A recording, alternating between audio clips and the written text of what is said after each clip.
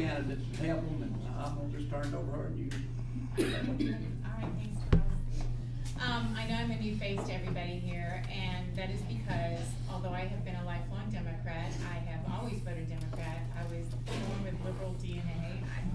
I admit it. I mean, all my family is conservative, and I don't know how. I think I'm the redheaded stepchild, unintended. But I have lived down in the, I mean, I know everybody listens to my accent and realizes immediately that I didn't grow up in South Carolina, and you're right. I grew up in Iowa and Illinois, graduated from college in Illinois. But in '82, I moved down to South Carolina and lived here for 5 years. And then I got married in '87. I moved away to Georgia, where I lived for 7 years. And then we had a transfer, and I lived in North Carolina for 4 years. And then later I lived in Florida for 4 years. And then I moved back to South Carolina 6 years ago. So I have lived in South Carolina for 11 years.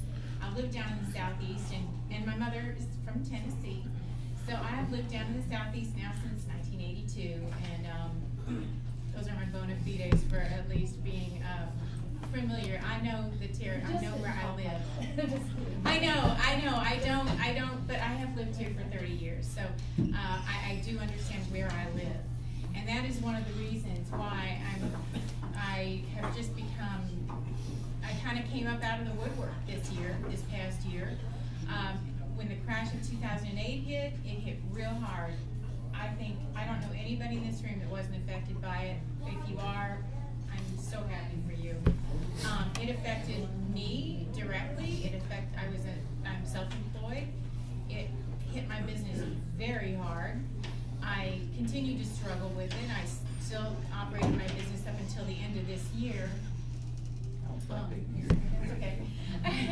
And then I finally, watching what was, the thing that got me standing up and ready to make a decision and do something was watching what happened last summer in Congress in July with the debt ceiling situation.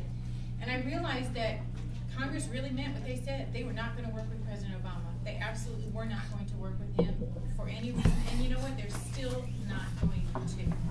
They are on a mission. Their agenda is very clear, that especially the Tea Party and Republicans, they are just in a zero-sum game right now with the president and with the Democratic Party.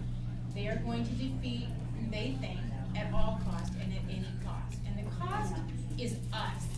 We are the ones who are going to pay for their intransigence.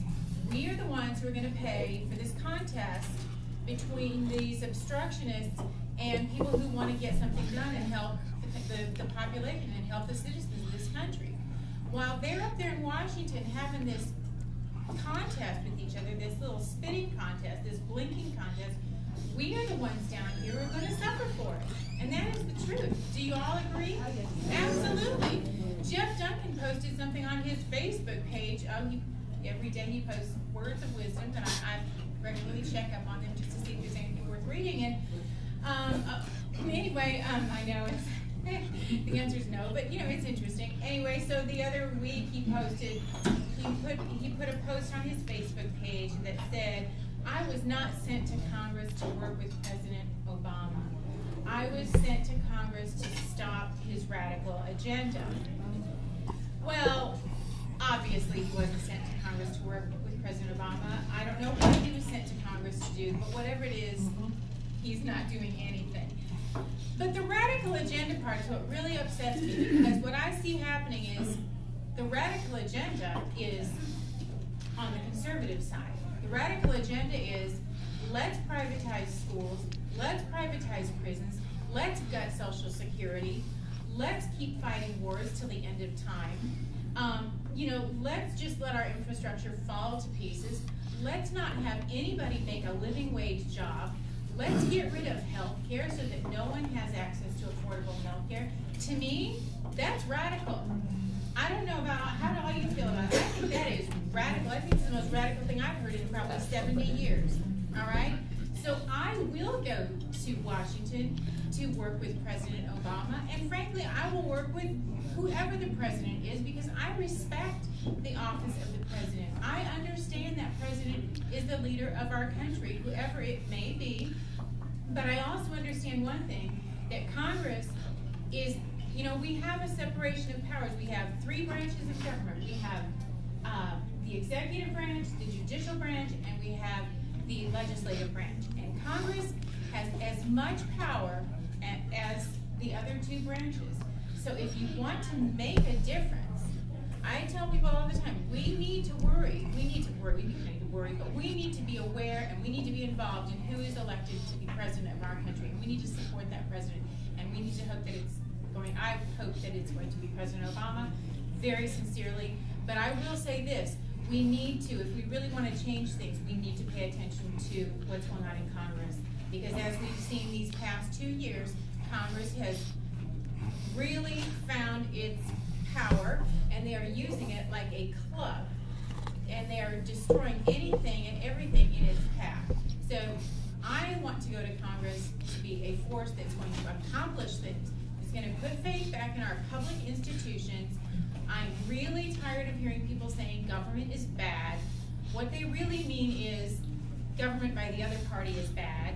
What they really mean is government is bad, so get rid of all those other people and let me run everything, and we're going to give everything to private business.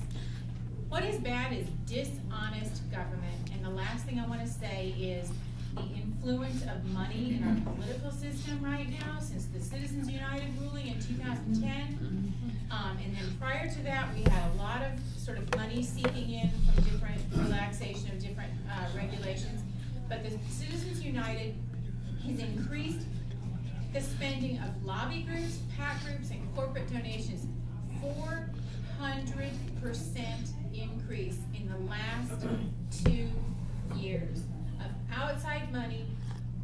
Mitt Romney just spent $17 million in Florida to buy his win in Florida. I'm running a grassroots campaign with $5 donations, $10 donations, no more than $100 per person. Not taking PAC money. Jeff Duncan, I just printed out his his last election, 12% of his donations came from grassroots donors, giving less than $200. The rest of his $850-some-thousand of his campaign fund, which is 88% of his campaign fund, came from Club for Growth. I have the whole list of all the names of the donors, but basically his whole campaign was purchased by huge donors, giving $100,000, $5,000, $2,500, $10,000. I mean, how many of you want to give me $10,000?